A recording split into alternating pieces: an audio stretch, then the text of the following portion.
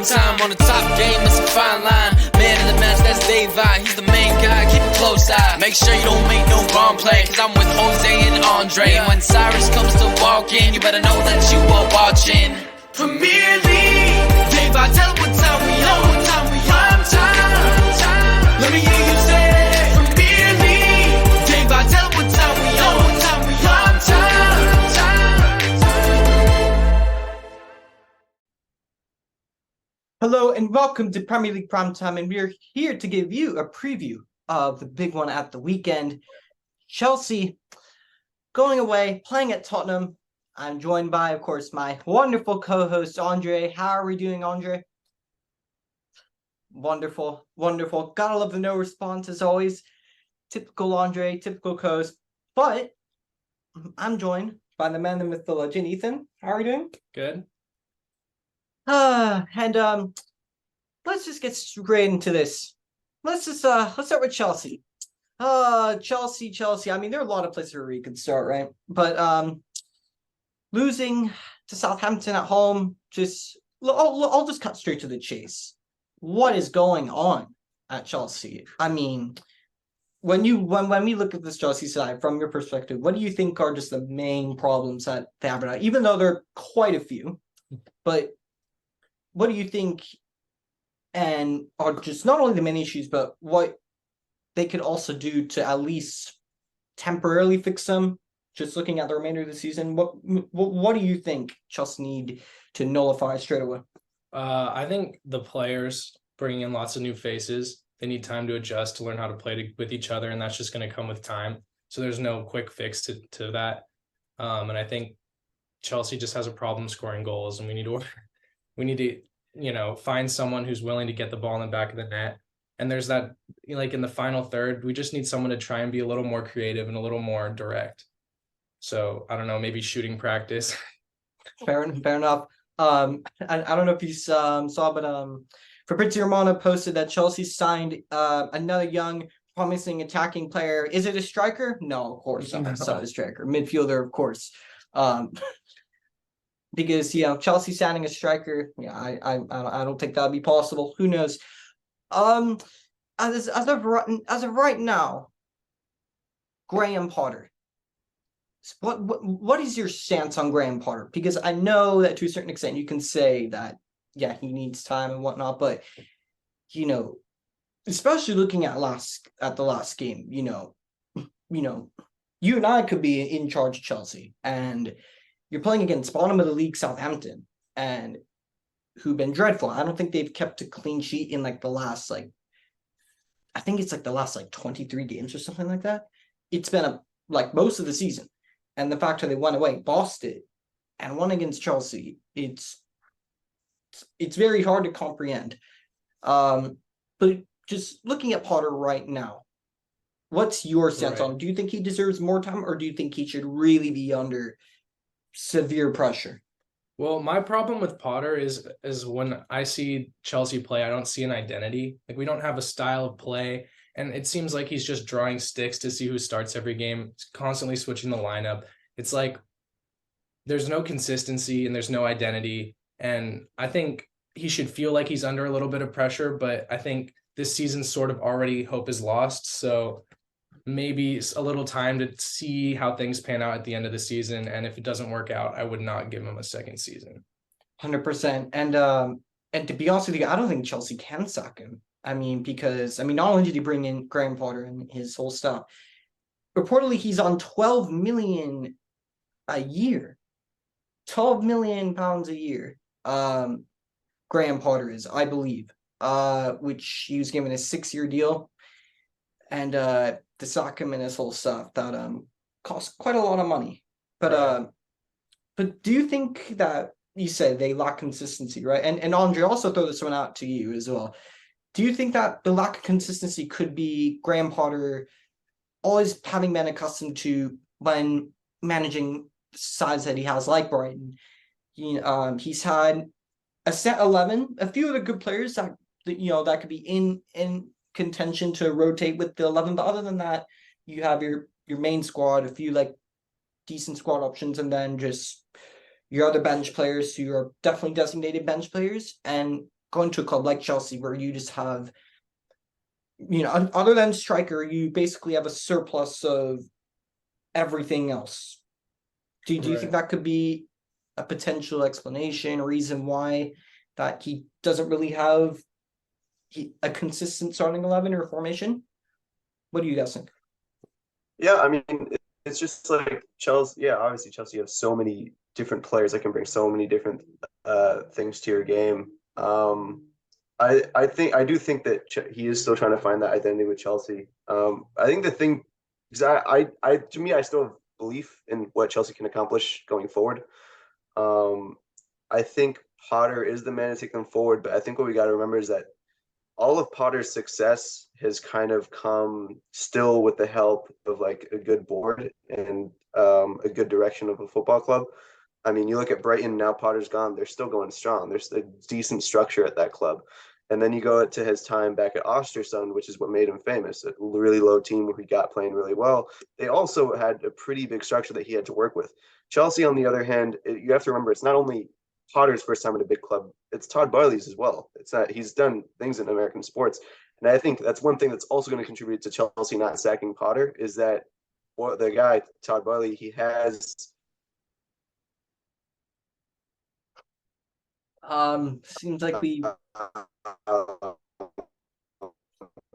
Andre, you're cutting out a little bit. Know what it's like for a team to sort of be in the slumps for a while. Very bad. Am I okay? Andre, you're cutting out a bit. You cut out a little bit, but it's fun. Don't worry about it. Ethan, do you agree with Andre, or what do you think, or do you think differently? I think what he's saying is 100% correct. Yeah. Fair enough. Very straightforward. Now, looking at the match that you have ahead against Tottenham, right? What do you think Potter can do, whether it's team selection, formations? I don't know, Andre's gone for the time being. Team selection, tactically setting up formations and whatnot. What do you think he can and should do to try and stifle where Tottenham lie in strengths? Right. That's a tough place to start because it's hard when we haven't seen what works for Chelsea yet to know what we can use against another team to our advantage. But I think most importantly, I think when you lack a true identity and you struggle to have like a specific style of play, I think his best case scenario is to sort of try to match men up. So you know that Harry Kane is obviously a class, so you want to be able to shut him down with the correct matchup. I think you need to look at Tottenham as like you need to take it one team at a time and like look at how they're going to line up and try to match up in a way that can shut that down. That's fair. And if you're Graham Potter, right, what 11 are you choosing to start that's fit and available? Right. What 11 are you choosing to start against Tottenham on Sunday? I believe the match is on Sunday. Yeah. So for me, we go with Kepa in goal. Okay. Best fit available keeper. And the back four would look like Chilwell, Badiashile, Thiago Silva, and James. Is Reece James fit? Is he available? I know Aspilicueta, I don't think he's fit. Certainly not. and best wishes to Aspilicueta will be recover soon. If Reece James is injured, then to be honest with you, like, yeah, what do you do? So assuming Reece James is fit, he would start. Okay. But if he's not, I think you either have to switch to a back three or just play Chalobah maybe in there and hope he can get the job done. Mm-hmm. Right. And then moving into the midfield, you want Enzo Fernandez. Mm-hmm. What formation are you going to go with? So like a 4-3-3 sort of with like an attacking mid. With a 10. Yeah. Okay. And so it would be Enzo.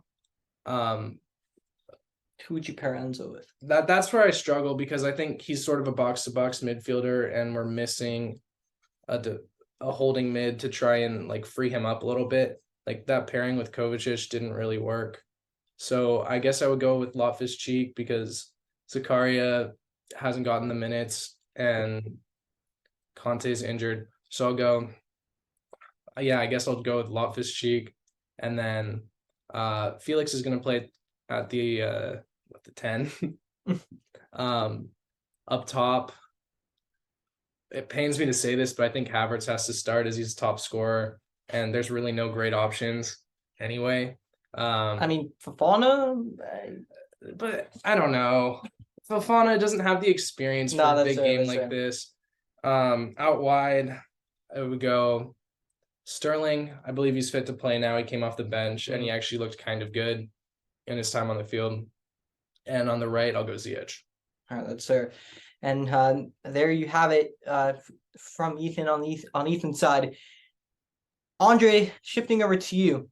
Now, Tottenham. Unlike Chelsea, they actually won a game of football, 2-0 against West Ham. And even more surprisingly, Emerson Royale is looking more and more like Cafu, which I'm shocked. But looking at what went well against West Ham, right? What can I don't know who's in charge, whether it's Conte or Stellini. What do you think they can continue to do to improve after seeing what they did well against West Ham? Yeah, it's been Stellini and Mason who've I know Stellini anytime he's covered for Conte still has a 100% winning record. Is this better for my audio, by the way? Is this clear? Yes, yeah. Okay, great. Yeah. Yeah, so I think it's probably going to be, I feel like I know Mason, every time we've played under him, I feel like he has a way of stretching the field vertically that I think worked against West Ham. You really tire out the pressure, which West Ham tried to pressure us hard. Every time we faced Chelsea, they pressured us hard. That's how they found success the last 2-3 times under Tuchel against us. So I think Graham Potter is going to try to tactically come up with like a really strict press that has always worked against us with Chelsea. So we just got to find a way to stretch the field like we did against West Ham, combat that, tire them out, try to kill them in the second half. But I do think we're going to go pretty pragmatic and going into that first half, pass the ball around, sideways passing, find gaps in defense and play it when we see it, the long ball, use our pace, things like that, crosses. And then the second half is probably when we'll see us trying to take advantage of the tired-legged Chelsea, trying to get those goals in. But I do think it's going to take stretching the field and tiring out their press in order to find a way through. Very fair. And just looking at Stellini, right? And I don't know for what Tottenham fans have seen or those who had or know Antonio Conte more well than any of us, but is there something different about Christian Stellini? Because as you just said, he's 100% winning away record, and it just looks as if that whenever he manages, right, it seems that he's able to get just a little more, something different out of the players. For example, looking at the team selection, Conte refuses to drop Heung-min Son. Stellini comes in, Son is dropped to the bench, gives Richarlison minutes, Son comes off the bench and scores.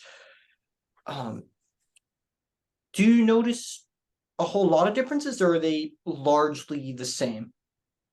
I think when you get managers with a certain pedigree and they have accomplished a lot in their career, I don't want to say they get cocky, but it's almost like they have this confidence in their decision making that they don't want to be doubted. So you'll see, like, I think I saw it in Mourinho when he was here too, and even Mourinho's time at United. It's like this refusal to drop players when they want to. And I think when you have a younger manager, they're more willing to rotate the squad in order to fit the games going forward. And I think that's what we're going to see with Stellini and Mason. There's not going to be this ego thing where it's like, I'm not like if the player I selected, the last few games isn't performing, I'm not going to be that arrogant guy. It's going to say I know he will perform, because you really don't know. Sometimes the priority shouldn't always be to stick constantly to the balance of the team if it's not working. You got to mix things up, and I think Stellini and Mason could be that just right little mix-up, little change of decisions to go ahead and do really well with us going forward. Obviously, we're still going to need Conte coming into the end of the season. It seems like he's still going to be out another few weeks. There's really no ETA. It sounds like he's still recovering from the surgery. So Yeah, I don't know what's going to happen with that. But honestly, Stellini Mason, I'm excited for what changes we're going to see because you look at our starting 11 from like our first game of the first 3 games season, it's the same as the Conte selects today. There hadn't been much change. So I'm excited to see the change that they'll bring. And on the starting 11, right? Looking Mhm. ahead at this match against Chelsea, what 11 do you think Stellini is going to choose, and how do you think they should tactically set up? I know you're saying a little before that you think that they should play pragmatic, kind of like what they've been doing for most of the season, and that they should keep quality possession of the ball, rotate from side to side, hit on the break, hit on the counter attack. Um, how do you think they should set up against Chelsea from a team selection point of view? I mean, it's pretty undoubtable that we're going to stick to our back five. Obviously, we're gonna change up the players in there. I still think Emerson's going to get the start. He's been seriously pretty brilliant. I do want to say, I did stick by Emerson. No, For no, a no. lot of He the has reasons. on those who know, Andre has heavily stuck by Emerson Royale. Um, when Sirius has his go at Emerson I Royale, he I has. knew there was a player in there. I think there's a certain profile player once in a while where it's like I said it. I think they have like a really nice presence on the pitch, and they're like tough to get by and ignore on the field. And I think even when they're doing bad, you just got to refine certain aspects of their game to get better. And like Lukaku is another one of those players for me. It's like sometimes he can be really shit. His touch is just shit. He's all over the place. But I that think, I just think you having that know a presence thing or on the two about field, that, wouldn't you?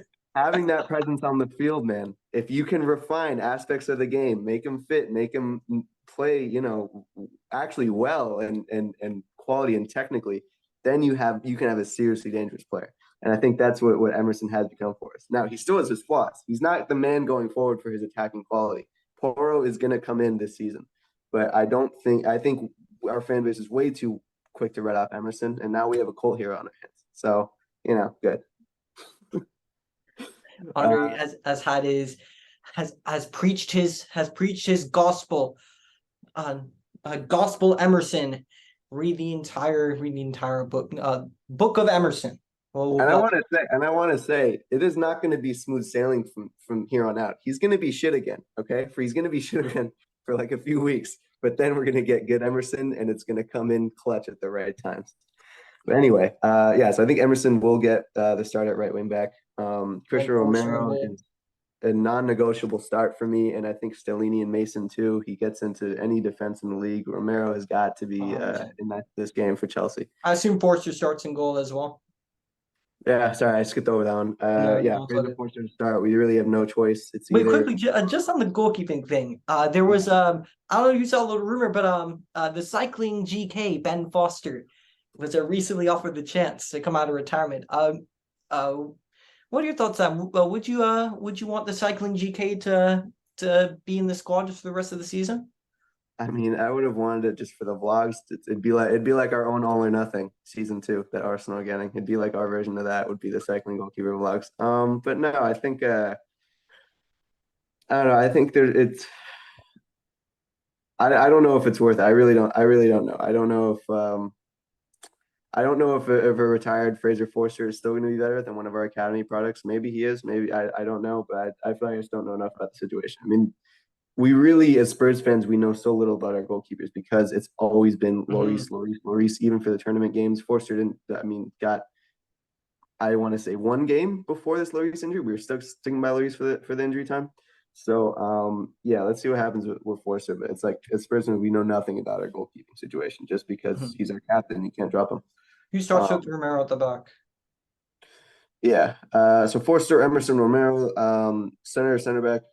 It's got to be Eric Dyer in there. It's probably gonna be the one. Left center back is where it's gonna change up. I think we're gonna go Clement Longley there. I think he will take the center back. Then our wing back is what worked really well against West Ham was Ben Davies. I think he's gotten used to and gotten his confidence like back going forward as a left center back. So sorry about that. He's probably gotten his confidence back as like a left center back. going forward. So I think him in the wing back spot will he did really well against West Ham, and I think he'll be a presence against Chelsea as well. In the double pivot in midfield, going to be Oliver Skip and Højbjerg.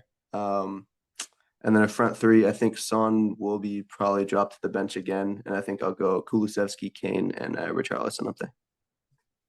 There you have it. And now into the last part of our show, our combined 11 as always. Ooh, this is going to be an interesting one because before the West Ham game, let's not forget, you remember in the mud as well. So, if we're talking about form,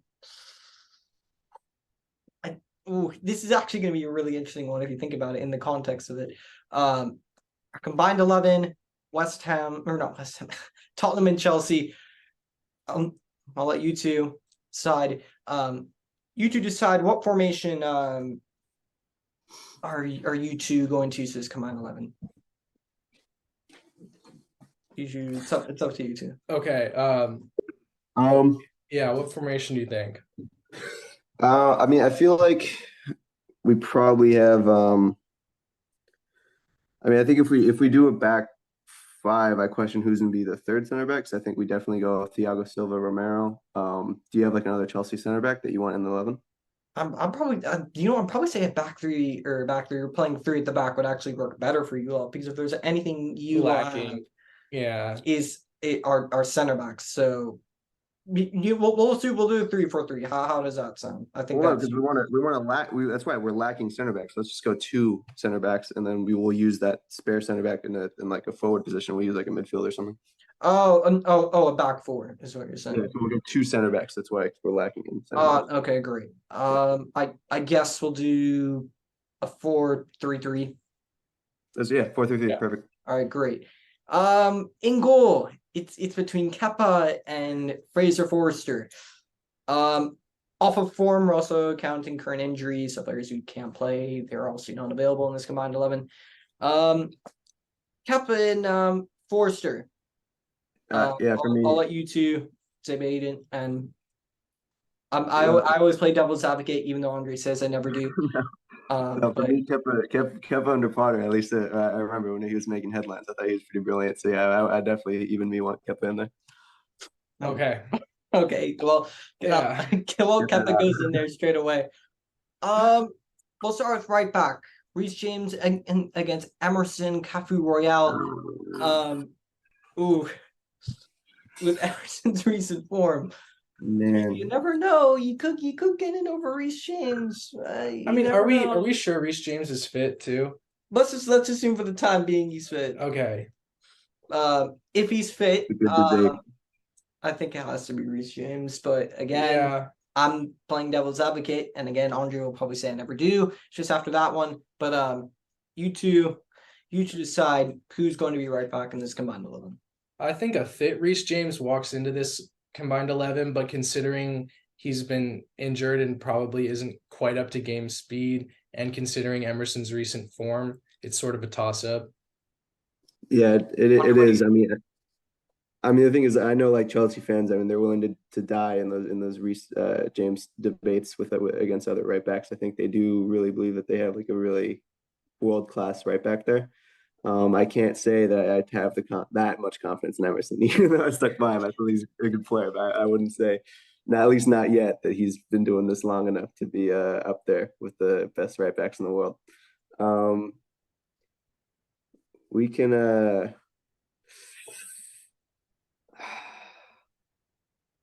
right, that's fine. We can. Let's put Reece James in there. If we need to level out the playing field later, then we can change it. But we'll put right. We'll edge it right. We'll just about edge it to Reece James because he did score against us last time too. All right, fair enough. So Okay. All right, at right back we will go with Reece James. Now the 2 center backs. I think I think it's very clear that I think just from what everyone has seen, there's definitely a center back at Tottenham that stood out for all season. A center back at Chelsea that stood out all season, but obviously, I myself don't watch them every single week, game after game after game after game. You all would know more about them than I do, but it will be Tottenham center back and Chelsea center back. We'll just want one each for balance, for the sake of balance.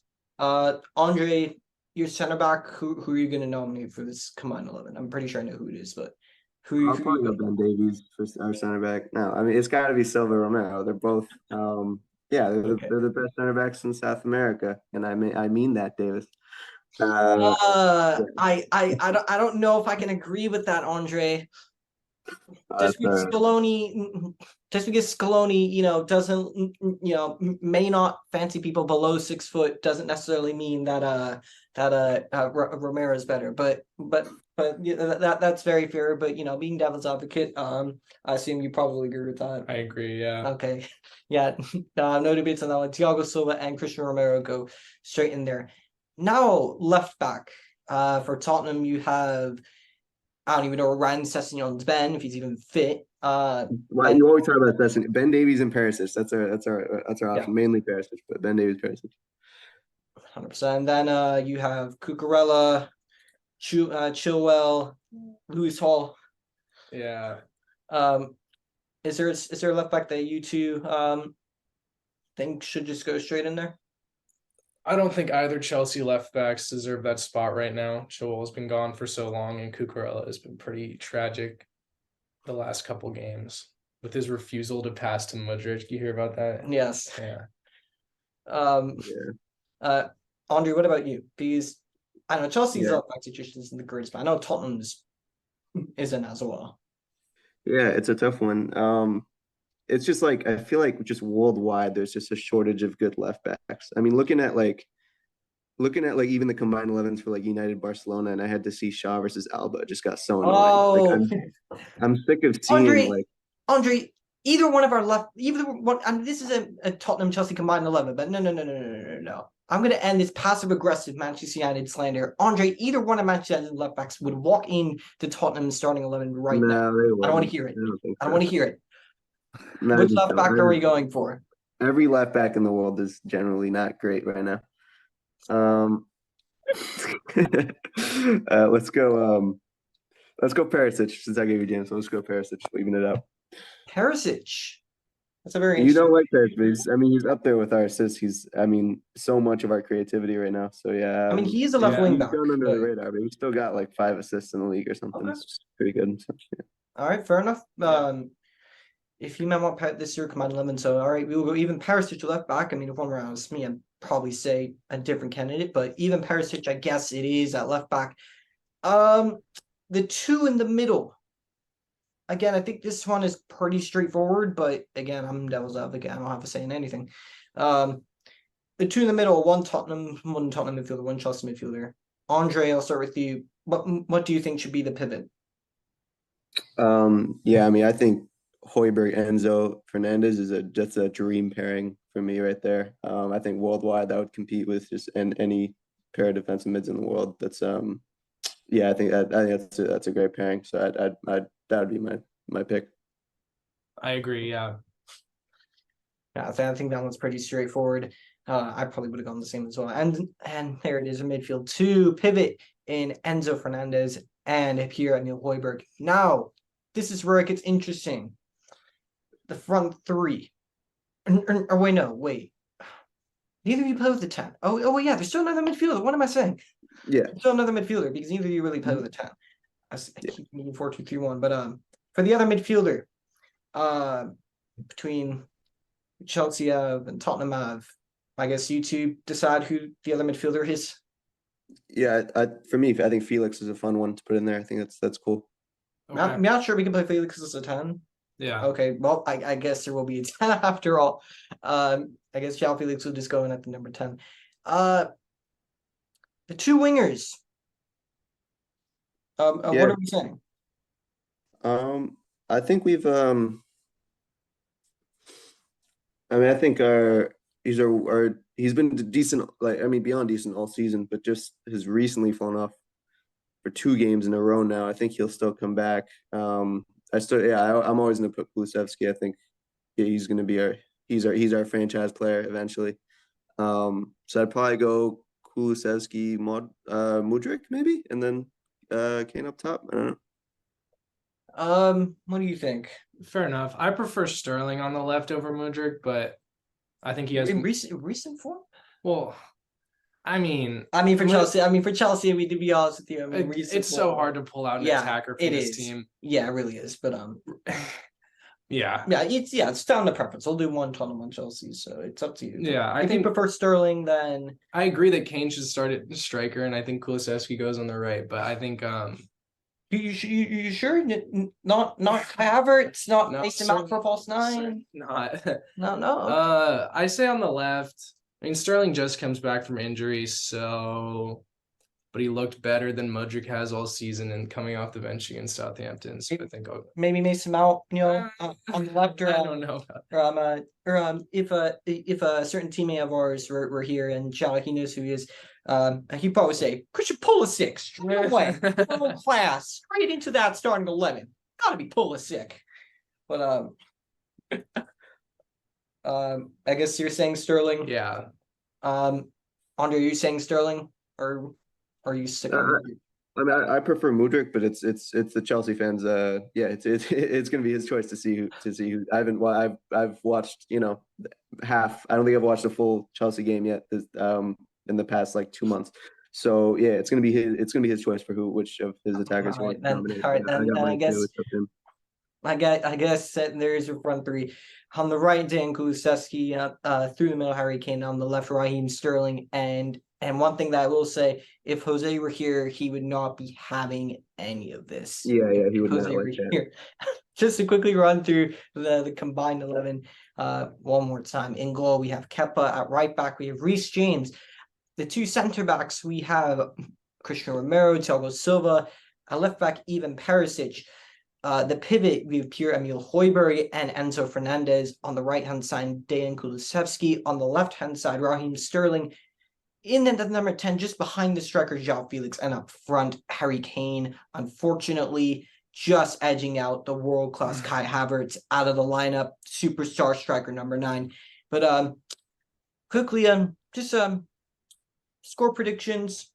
Andre, I know we've released our predictions already at this moment as we're recording this right now. Our predictions are already up, but would you like to remind everyone what you predicted for a match of the weekend?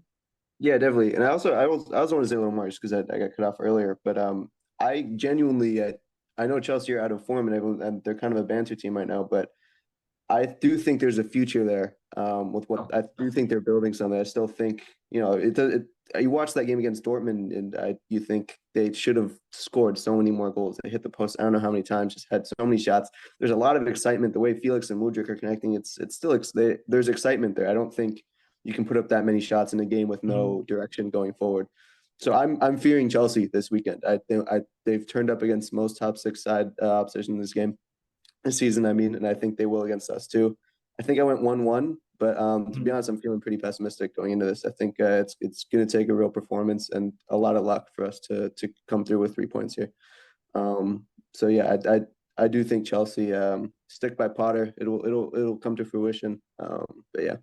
Yeah, definitely. And real quickly before I get to your score prediction, I do agree with what you say as poor as Chelsea been this season. It's undeniable the building for the future. You look at the recruitment; they're all young players.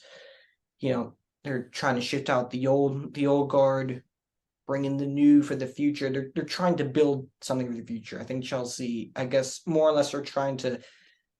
I guess you could say not necessarily write the season off, but they're trying to beef up for the future, as you said, and I 100% agree with that. Regardless of how the season ends for them, they do have a very promising future ahead and looking at who they have in the core right now. Now, over to you. What's your score prediction for the match? Do you think Chelsea will win at the Lane, or do you think that it'll be a draw or Tottenham win? What do you think? Historically, Chelsea does not like to lose against Tottenham. So I don't think that the game is going to end in a loss, but I also don't see this team putting up enough points to win the game. I think I'll go for a 0-0 or 1-1 draw. Yeah, not certain, as you said. And but I mean, for me, one thing that I know that we can guarantee, a Kai Havertz goal and a Mason Mount dancing celebration probably at the end of it. There you have it. There is your Tottenham Chelsea preview. Let us know down in the comments below. What do you think? And we'll see you around soon. Thank you so much for your time watching this, and let us know in the comments down below What are your thoughts on the topics that have been in store in this feature of Premier League Primetime in the comments down below? Smash like on the video and subscribe to the channel, and be sure to check out our other platforms on Instagram, Spotify, and Apple Podcasts, and wherever you are watching this in the world. We hope you have an absolutely fantastic day / evening.